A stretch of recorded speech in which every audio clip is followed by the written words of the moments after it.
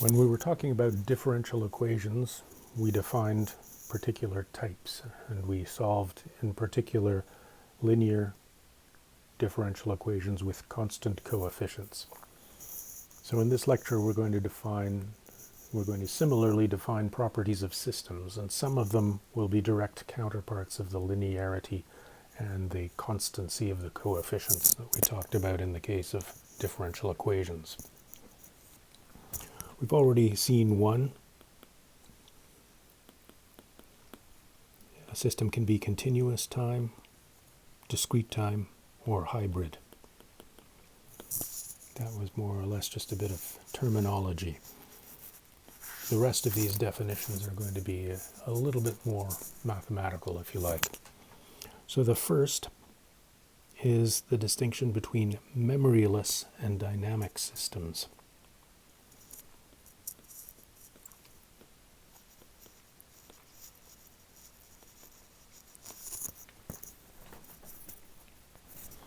So in a so-called memoryless system, the value of the response y of t at a given time, say t star,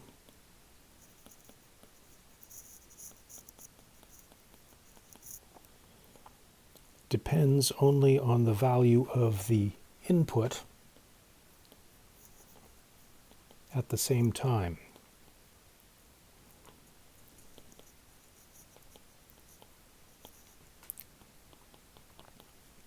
So it depends only on the value of the input f of t at time t equals t star.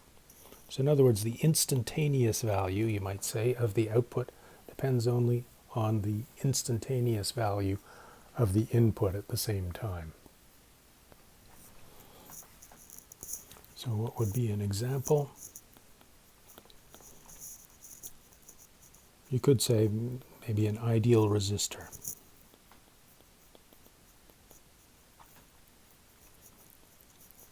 Where V of t and I of t, the current through the resistor, are just related by Ohm's law, so that the voltage at any given time is just the current at the same time multiplied by R.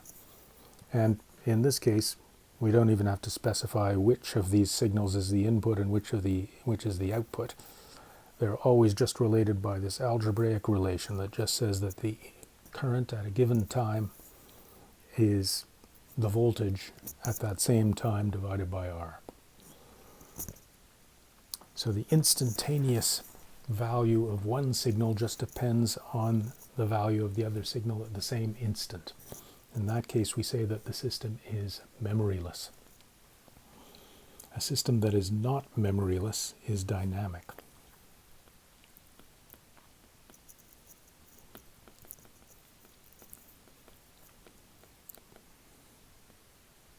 And obviously we're going to be more interested in dynamic systems, which are a lot more interesting. So an example would be a mechanical system. Typically, that is a system governed by Newton's law, say my double dot of t equals f of t. So if we're thinking of the input to our system as being a force, little f of t, and the output as being a displacement y, then the displacement of our particle at any given time does not just depend on the force that is being applied to it at that point in time. It depends on the forces that have been applied to it in the past, and also its initial conditions. So suppose, for instance, that we specify that the applied force was equal to 0 for all times before some time t bar, and that the displacement at time t bar was 0, and the speed, the velocity at time t bar was also 0. Then in order to solve this differential equation, we just have to essentially integrate the force twice and divide by m. So the response y of t is 1 over m times the integral from, say, minus infinity to t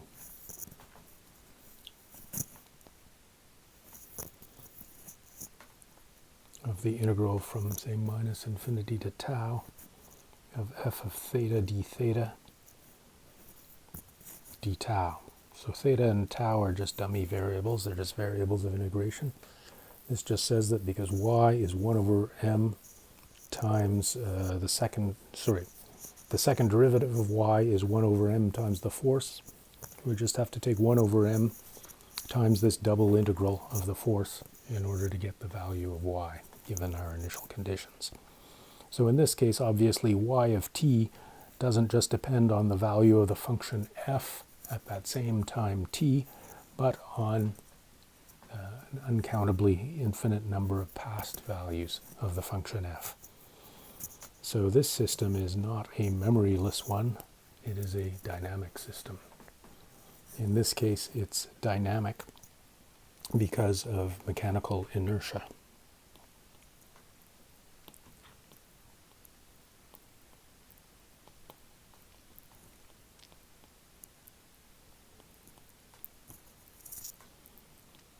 So the forces that have been applied in the past affect the current state of the system, its displacement and its velocity, making the system a dynamic one. Now, this signals and systems portion of the course is meant to prepare you for SE 380, in which you'll be talking about analog control systems, and most interesting control systems involve the control of dynamic systems. In fact, the course will also be of some use potentially in preparing you for work on communication systems or signal processing applications as well, but it's particularly tailored toward control.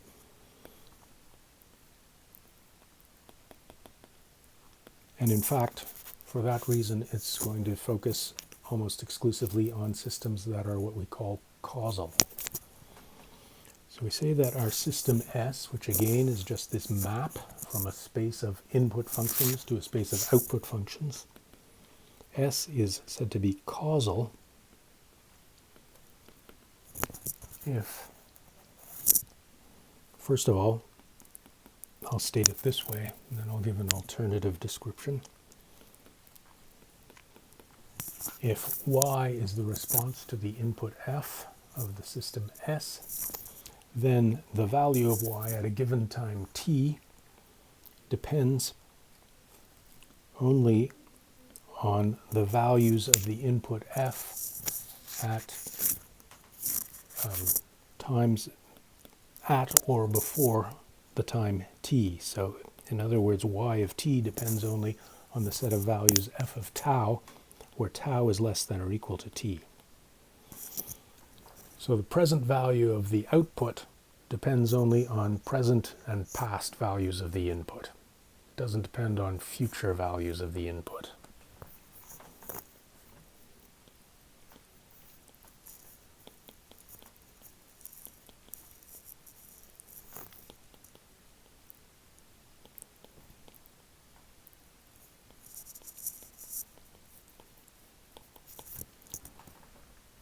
Now there's another way that is perhaps a bit more precise of stating the same definition. And we can do this by considering two different inputs and the corresponding responses.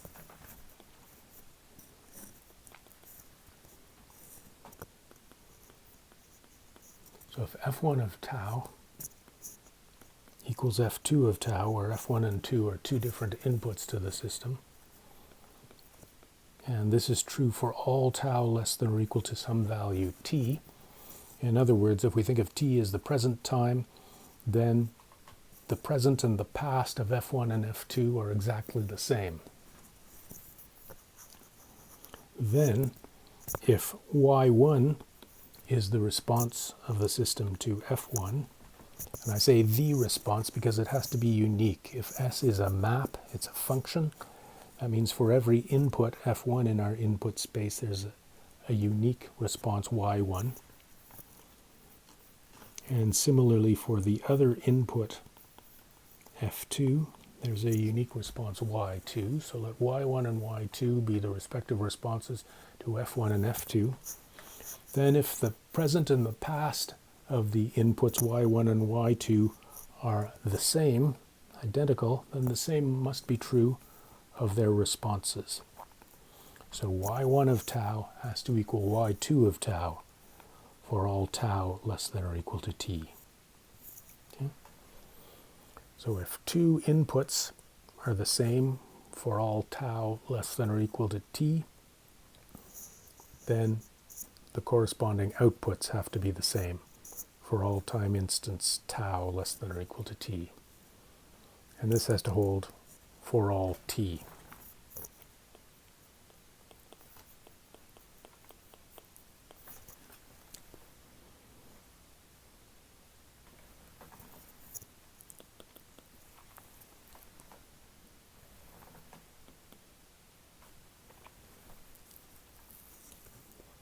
Okay, so if two inputs are the same throughout the past and the present, then their corresponding outputs have to be the same throughout the past and the present.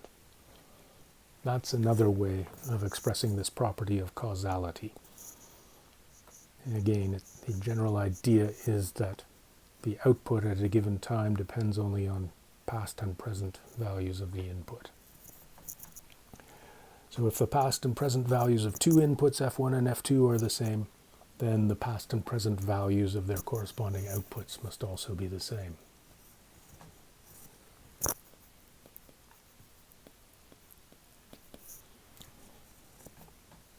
So for instance, a memoryless system is causal, because then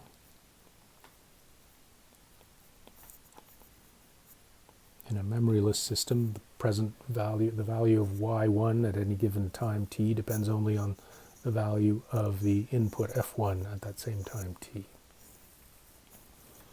And similarly for Y2 and F2.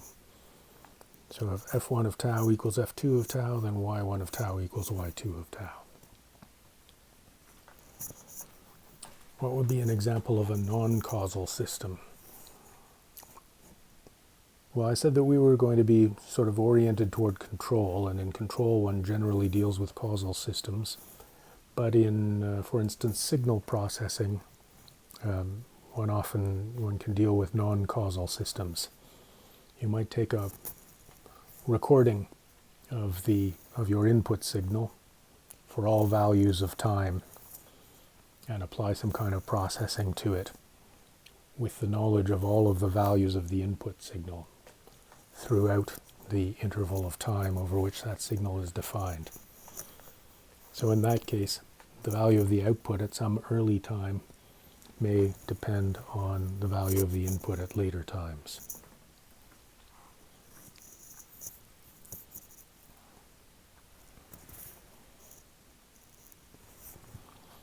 So for instance,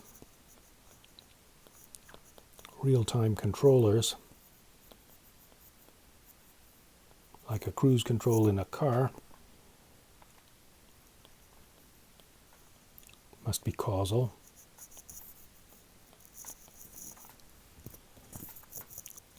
But in some instances of signal processing, suppose you're processing a video or a whole video or something like that, then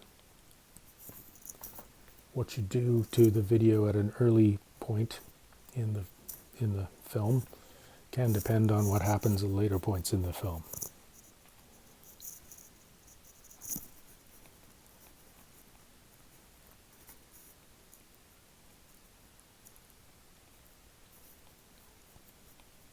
That might be true for certain forms of compression, for instance.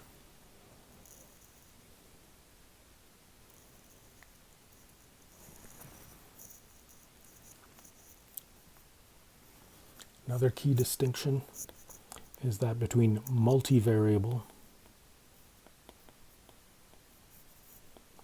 and scalar systems. Scalar systems are sometimes called single input, single output.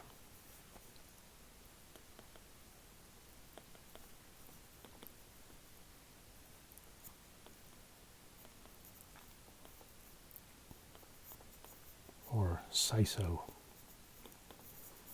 Multivariable systems are sometimes called multiple input, multiple output,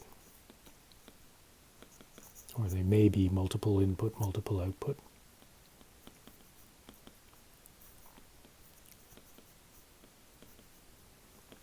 Or MIMO systems.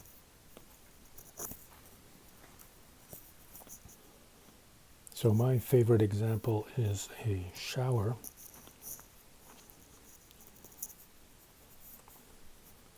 Let's say here multiple input or multiple output, because as long as there are multiple inputs or multiple outputs, we say that the system is a multivariable one. So an example would be a shower, at least maybe a pretty primitive or old-fashioned shower.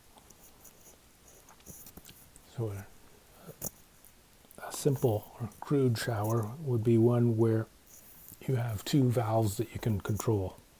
There's one for the hot water and one for the cold water.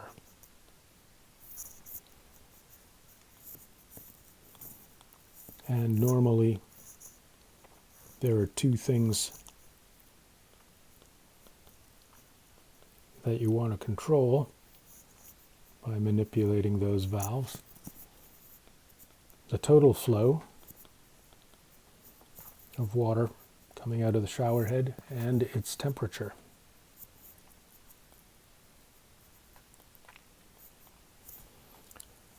And adjusting either the hot or the cold water valve will affect both of those outputs. So that makes the problem a little bit tricky if you are being really picky about the exact flow rate and temperature that you want.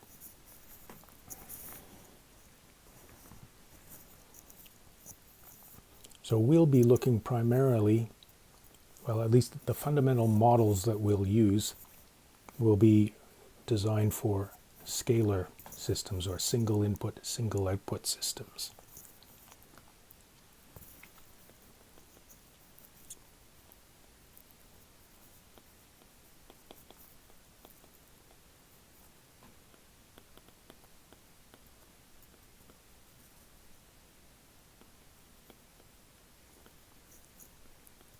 So they'll just have a single input and a single output. Multivariables can pose some important challenges for control, and we'll be able to model some multivariable systems by combining some of our scalar systems together, but we'll leave the really tricky multivariable systems, and we won't model those in this course. Finally, another key property is one that we used when we were solving differential equations that we exploited, namely linearity.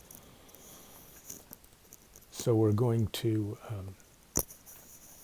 exploit linearity once again in this course. And it'll be defined in essentially the same way. If y1 is the response of a system to an input f1, and y2 is the response of the system to another input f2, then the response of the system to a linear combination of f1 and f2, say c1 f1 plus c2 f2, is just a similar linear combination of the respective responses to f1 and f2. So the response to this input will be c1y1 plus c2y2. This is the same sort of principle of superposition that we talked about in connection with differential equations. So we're going to focus on linear systems that satisfy this principle of superposition.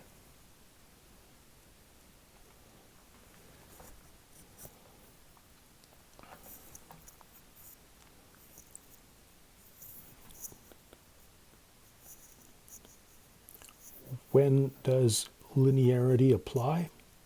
Well, in the real world, it never really applies.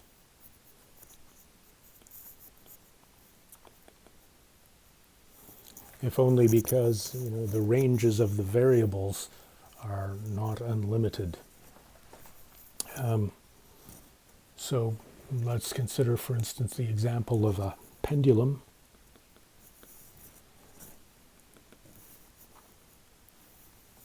Suppose we have a simple pendulum with a point mass at the end. Suppose the angle it makes with the vertical is called theta. Let's say the length is L. And let's suppose we're applying a force at right angles to the pendulum, a force F at right angles to the pendulum. Well, if you draw a free body diagram and you write down Newton's law, you'll get ml squared theta double dot is equal to the applied torque corresponding to the force F, which is F times L, minus the torque applied by gravity, which will be the weight mg times L, times the sine of the angle theta. So because of this sine term here, this is a nonlinear differential equation, and a system like this that had F as its input and theta as its output would be a nonlinear system. But if we content ourselves to analyze motion corresponding to small displacements about the vertical, so in other words, for sufficiently small theta, we can approximate sine theta as theta itself. In radians, sine theta will be approximately equal to theta. So we will have ml squared theta double dot equals FL minus MGL theta. And this is a linear differential equation. And if, say, we're modeling the zero state response of this system, of this pendulum, then that zero state response would constitute a linear system. I bring in the initial conditions by saying, suppose we focus on the zero state response, because again, by the definition of a system, every input has a unique output. So in addition to giving this differential equation, we would have to specify initial conditions in order for that to be the case, in order for us to have something that satisfies our definition, our mathematical definition of a system.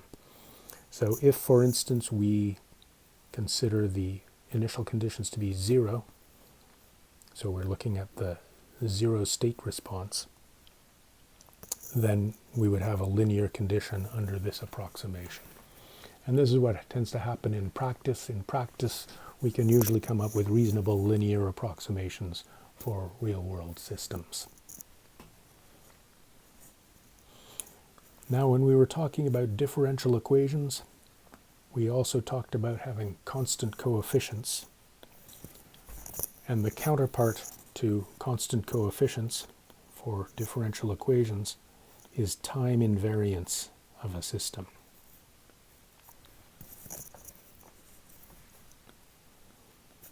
So what do we mean?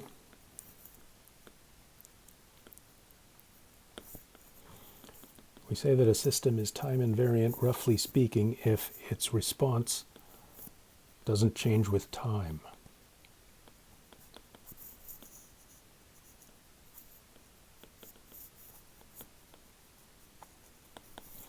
In other words, if f of t,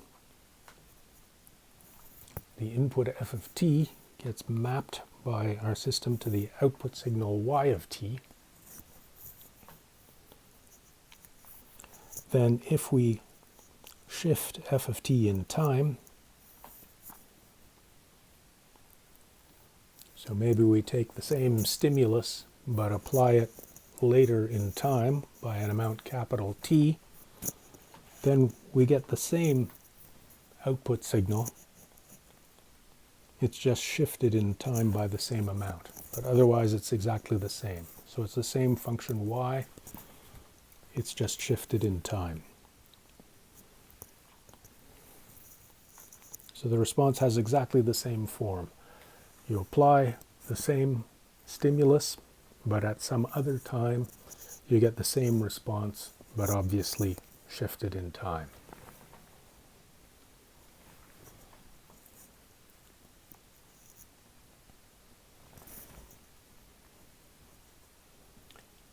So the example that we looked at earlier of Newton's law is a good example. In that case, assuming the mass does not change with time, so the differential equation has constant coefficients, that gives us a time invariant system. And you can see that by means of a simple change of variable.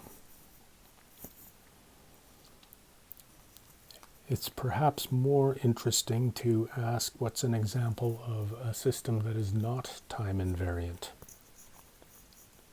This is something that students seem to have more problems with.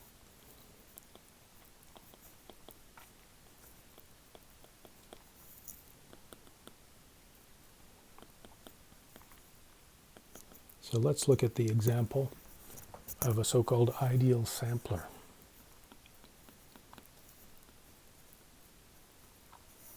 This is sometimes represented by drawing this schematic of a switch with a 1 here to indicate that the sampling period is 1. So this is going to be a system that takes a continuous time input signal f of t, gives us a discrete time output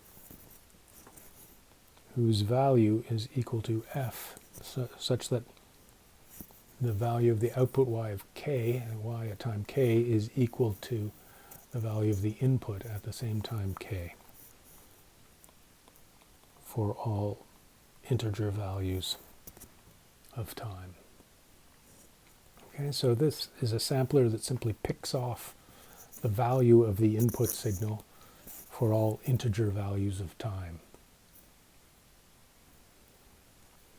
So this is a system that's not time invariant, because if we shift our input signal in time, we may find that the sequence of samples that we get at the output of the ideal sampler is completely different. For instance, suppose that our function f is a sinusoid. Suppose f is cos 2 pi t.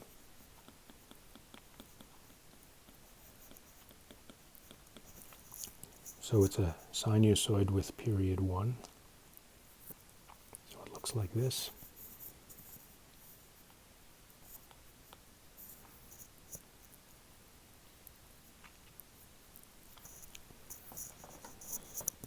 Where this is one complete period, so this must be 1 here. So if our sampler is sampling with a sampling period of 1, and let's say that its first samples at time t equals 0, then the first sample it picks off will be this value, which will be 1. And then one time period later, it will pick off the corresponding value of the function f of t again, our ideal sampler will. So it will again give us a sample of 1, whose value is 1. But now suppose that we shift our input signal in time, say by a quarter period.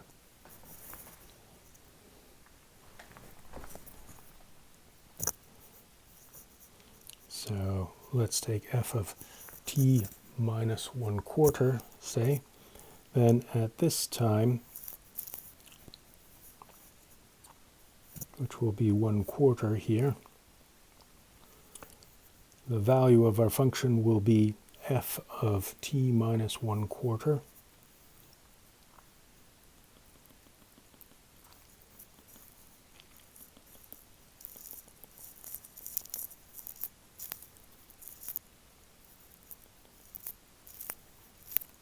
Oops.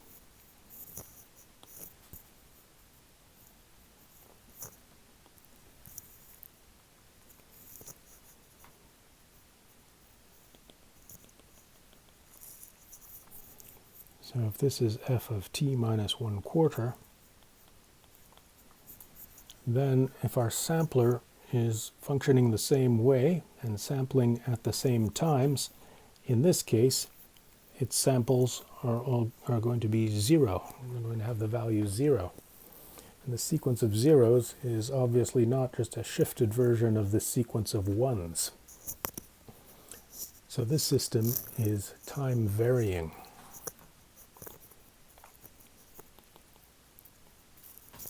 Our ideal sampler is time varying.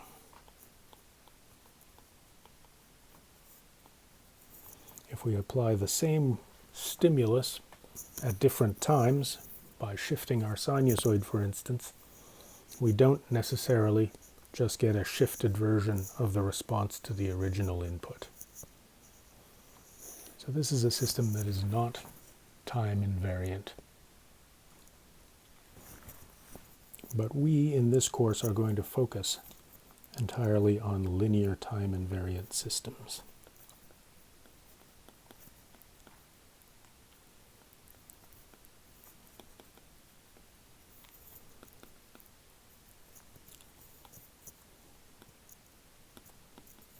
And typically, these systems will be, for instance, the zero state response.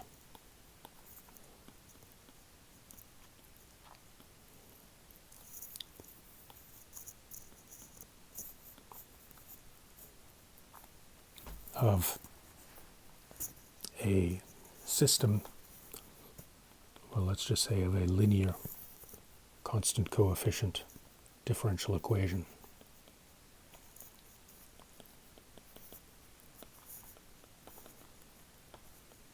So we'll focus on systems that can be modeled using linear constant coefficient differential equations, and we'll typically be focusing on their zero state responses. So once we've specified initial conditions by saying we're looking at the zero state response, that is setting the initial conditions to 0, then for every input there will be a unique output by our existence and uniqueness result for linear constant coefficient differential equations. That means that we'll have a system. It will satisfy our definition of a system. In the next lecture, the only thing that remains to be done this week is to prove a fundamental property of linear time invariant systems, which has to do with the notions of impulse response, the response to a unit impulse, and with the operation of convolution, which we've already seen. So we're going to revisit convolution, and in particular talk about taking convolutions of inputs with the impulse response of a linear time invariant system. I'll just mention that we'll often abbreviate linear time invariant by LTI. And I'll see you in the next lecture.